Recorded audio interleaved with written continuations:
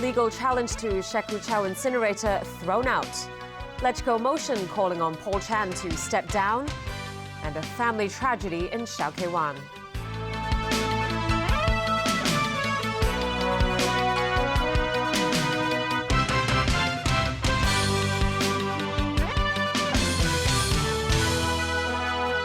Good evening. The government has scored a legal victory over plans to build a waste incinerator in Shekuchao near Chengchao. The High Court today dismissed a judicial review challenging the proposal. Officials now want to restart the stalled project as soon as possible. Stephanie Tsoi has our top story tonight. We welcome the court's decision today to dismiss the judicial review on Phase 1 of integrated waste management facilities. The court agreed that this environmental assessment process report is objective, transparent, and prescriptive. Wang's comments followed a High Court ruling that rejected a judicial review against government plans to build the incinerator in Shekuchao. It was filed by Chengchao resident Leung Hon-wai.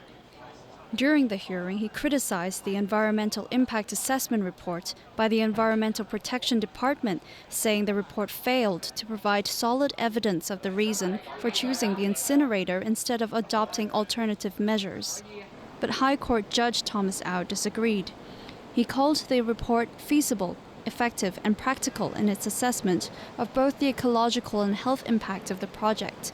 The judge also considers the report to be clear and objective in comparing different viable technologies. In response to Leung's concerns regarding the possible health risks, Au ruled that it is beyond the role of the court to decide upon matters regarding environmental standards. Leung expressed disappointment at today's ruling and said he's considering an appeal. Activist Ho Loi echoes these views.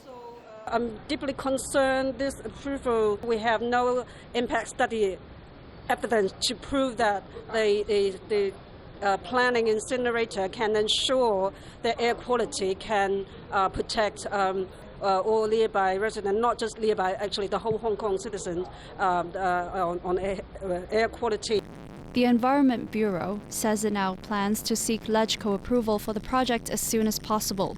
The Donald Tsang administration shelved the project last year. Stephanie Choi, TVB News. Lawmakers today passed a motion calling on Secretary for Development Paul Chan to resign. He's linked to a conflict of interest controversy involving the ownership of land by his family in the Northeast New Territories.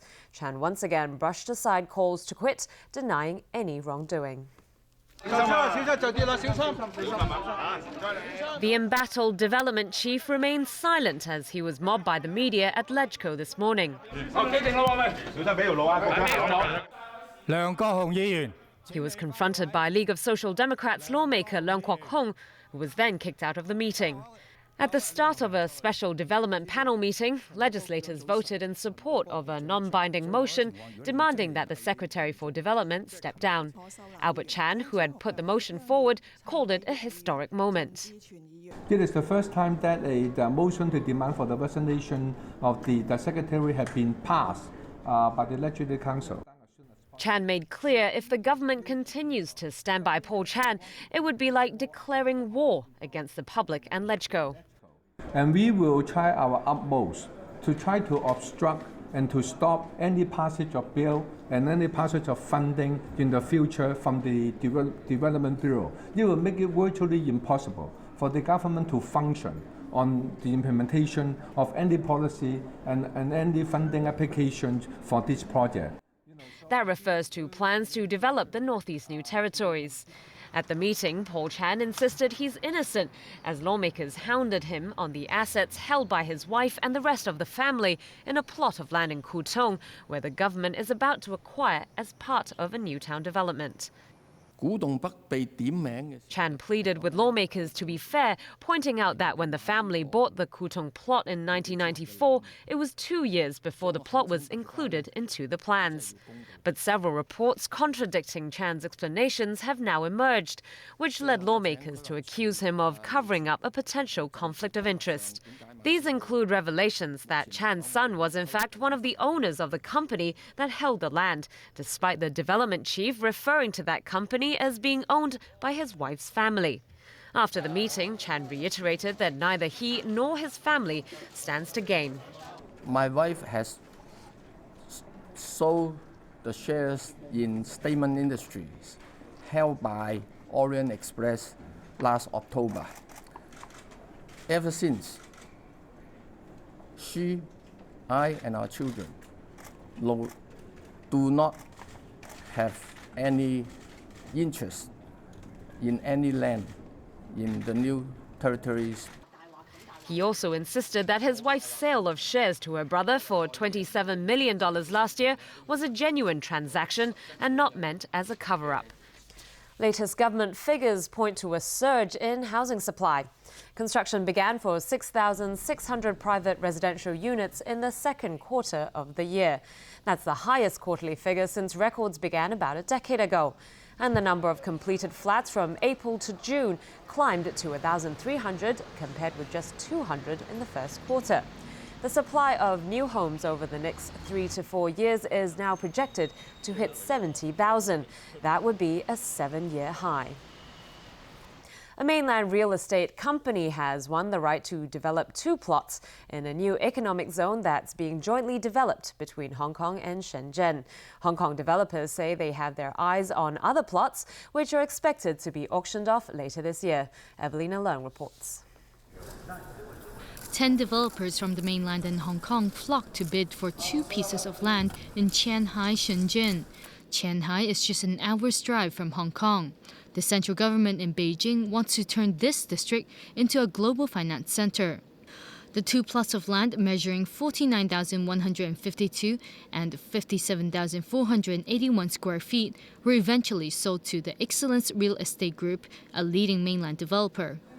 The plots of land which it bought today costed 5.18 billion and 7.2 billion yuan.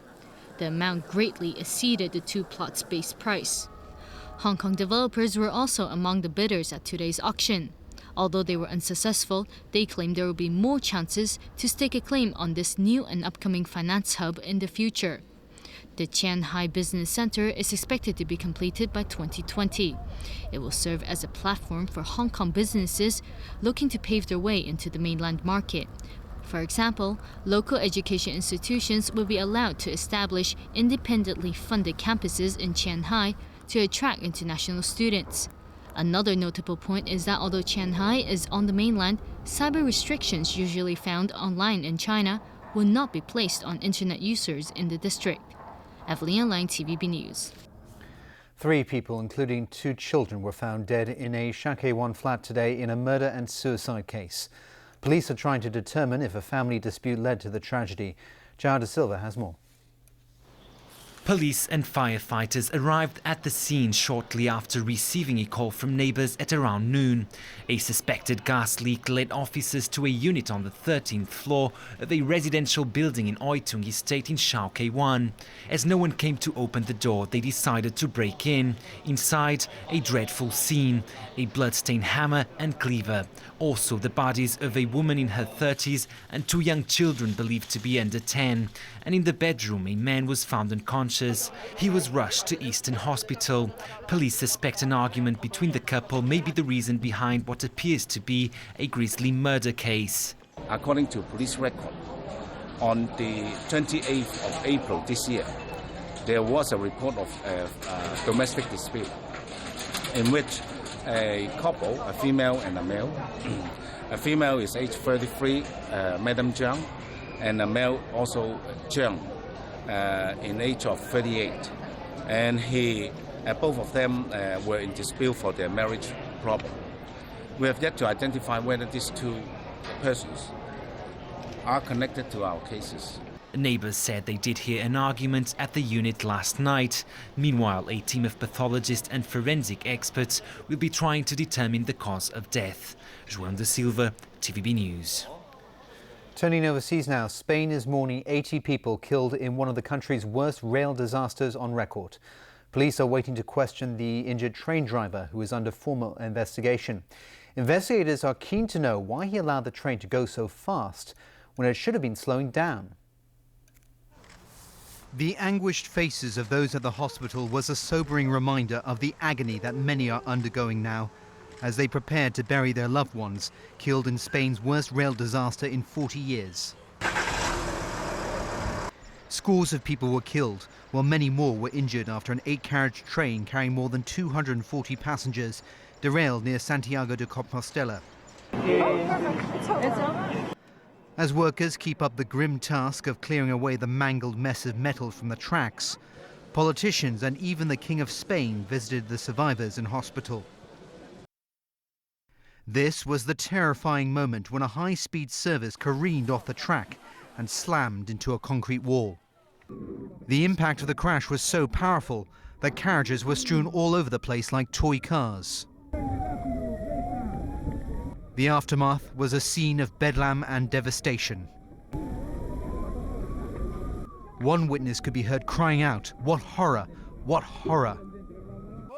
A two-pronged investigation has already begun, with investigators keen to question the train's driver, who's under police guard in hospital, but is not under formal arrest. Officials believe the train crashed because it was going too fast, and they want to know why the driver allowed the vehicle to travel so quickly on a stretch of the track where speed is restricted. One Spanish newspaper said the train was travelling at more than twice the limit for that section of the line. As Spain began its 3-day period of national mourning, countries around the world offered their sympathies. We extend our condolences to the people of Spain and all those affected by this terrible accident. The disaster has brought misery to Santiago in a week when it should have been celebrating one of Europe's biggest Christian festivals. And when we come back tonight, top Chinese official visits North Korea. The biggest cybercrime case in US history. And Usain Bolt speaks out over doping scandals.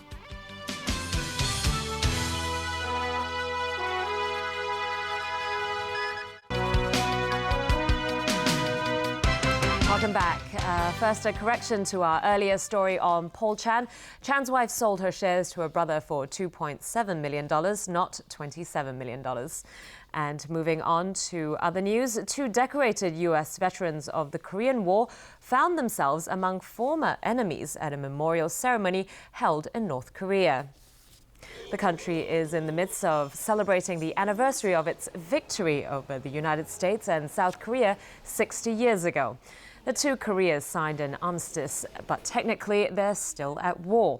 Another combatant was China, which has sent Vice President Li Yuanchao to the country to mark 60 years since the end of the war. In talks with North Korean leader Kim Jong-un today, Li said Beijing will push for talks on ridding the Korean peninsula of nuclear weapons.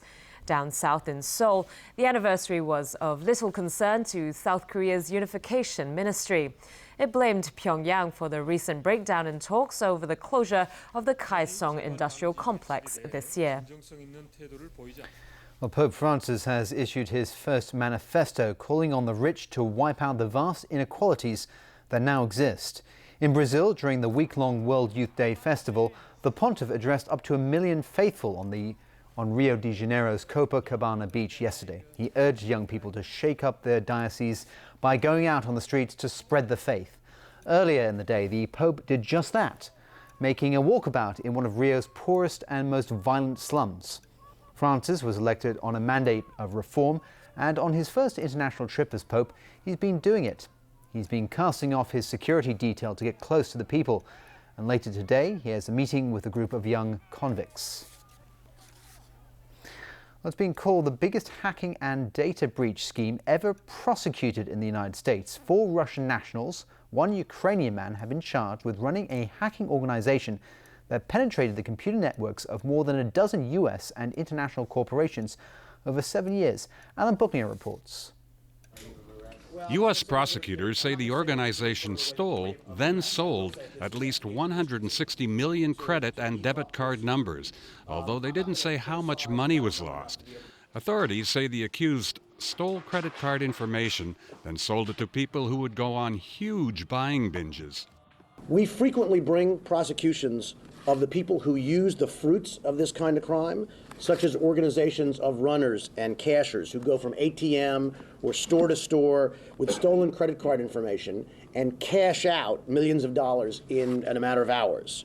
The individuals charged and arrested in this case are the ones at the top. Victims include Visa, JCPenney, JetBlue Airways, and Carrefour. Customer login credentials were also stolen from NASDAQ and Dow Jones, although prosecutors say the trading platforms were not affected. This type of crime is really the cutting edge of financial fraud.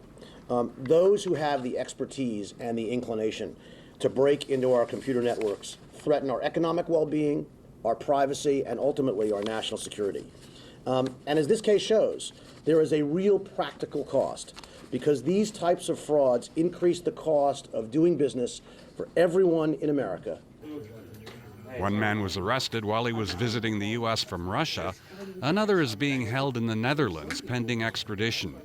The 3 other accused are still at large. Alan Buckniat, TVB News. Racial discrimination still exists and needs to be addressed. That's the argument put forward by the Obama administration to try to block new state election measures, which it says discriminate against blacks and other minorities. NBC News has more. In a bold response to the Supreme Court's ruling on the Voting Rights Act, Attorney General Eric Holder today said the Justice Department is asking a federal judge to force Texas to get court approval before changing how it conducts elections. We believe that the state of Texas should be required to go through a pre-clearance process whenever it changes its voting laws and practices. A month ago, the Supreme Court struck down the map of where the pre-clearance requirement applied automatically, mostly states in the South. Now the Justice Department is signaling it will go state by state, seeking to revive that requirement where it can find proof of continuing discrimination at the polls. It shows the Voting Rights Act is not dead. It shows a way toward a future for the Voting Rights Act in which coverage of areas of the country is not based on formulas from 1960 or 1970. Today's action challenges the plan by the Republican-controlled Texas legislature to redraw the boundaries for congressional and state House districts. Latino groups say it awarded too little representation to the fastest-growing segment of the population. It's likely the Justice Department will also challenge the state's tough new voter ID law. Texas sought to revive both those provisions the very day the Supreme Court ruled. And North Carolina moved to toughen its laws, including a reduction in early voting hours originally extended to reduce waiting time.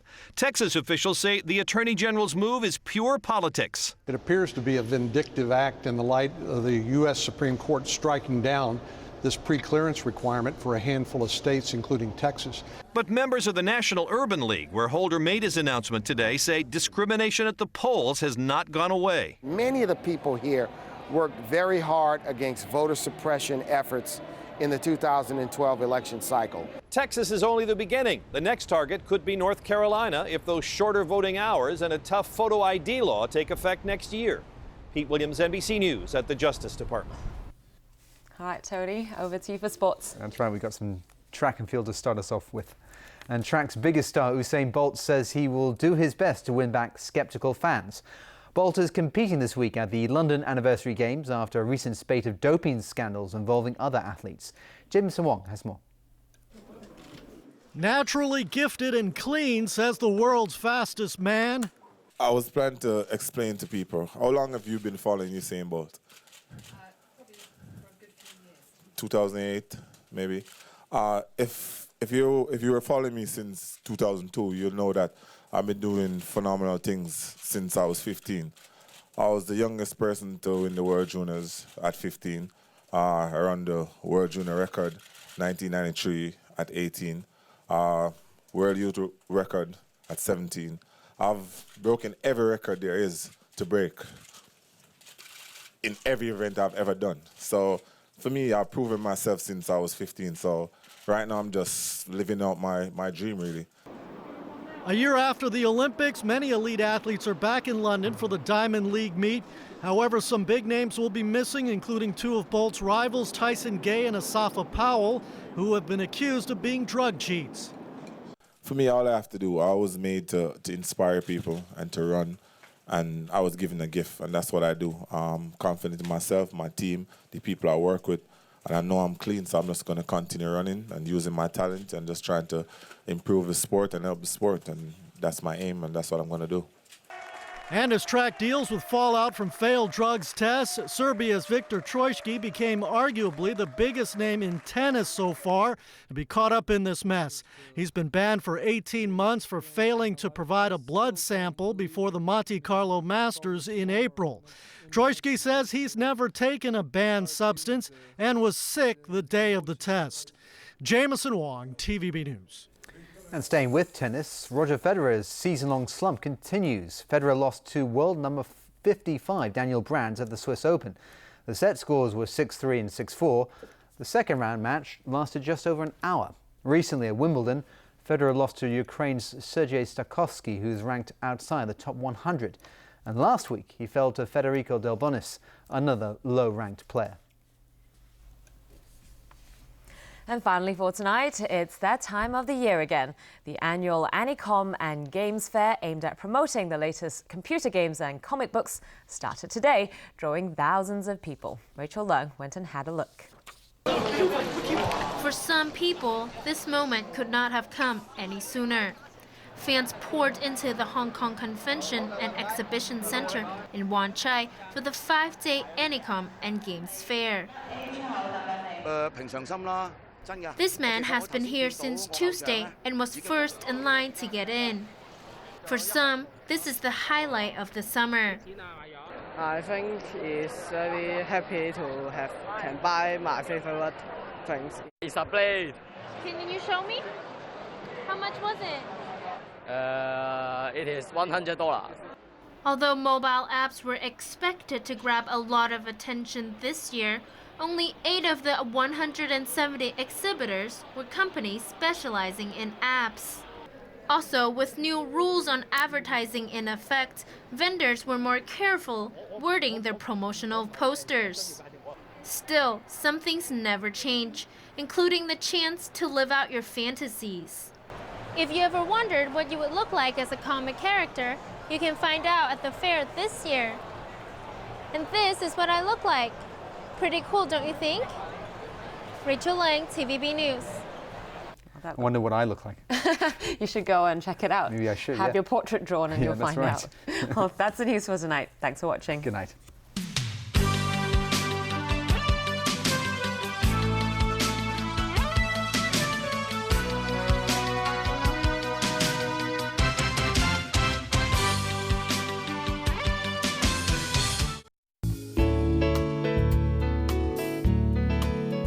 Good evening. It was cloudy with occasional rain and a few squally thunderstorms today. At 5 p.m., a broad trough of low pressure brought unsettled weather to the northern part of the South China Sea and the coast of Guangdong. Today's temperatures ranged from 24.9 to 27.9 degrees, and the relative humidity was between 84 to 98%, moderate to fresh southerly winds.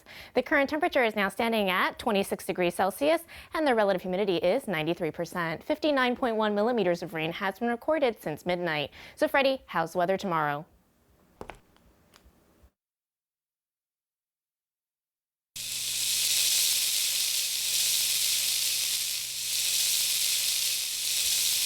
Mainly cloudy with showers and a few squally thunderstorms tomorrow. Temperatures will range from 26 to 29 degrees. Expect a mix of showers and sunny periods in the following few days. Tomorrow's API is forecast at 15 to 90, and the air pollution level will range from low to high. The maximum UV index forecast for tomorrow will be about 8. And now to the latest global weather update. Cloudy in Shanghai and Xiamen, showers in Taipei. Rain in Guangzhou, showers in Macau, cloudy in Chengdu. Thunderstorms in Beijing, cloudy in Seoul and Tokyo. Thunderstorms in Bangkok, rain in Ho Chi Minh City and Manila. Showers in Kuala Lumpur and Jakarta, thunderstorms in Singapore. Thunderstorms in New Delhi, showers in Karachi, rain in Mumbai. Sunny in Cairo, bright in Nairobi. Showers in Brisbane, sunny in Sydney, bright in Melbourne and Auckland. Showers in Toronto, bright in New York. Sunny in Vancouver, bright in San Francisco, cloudy in Los Angeles. Rain in London, thunderstorms in Paris and Amsterdam. weather. Have a great weekend.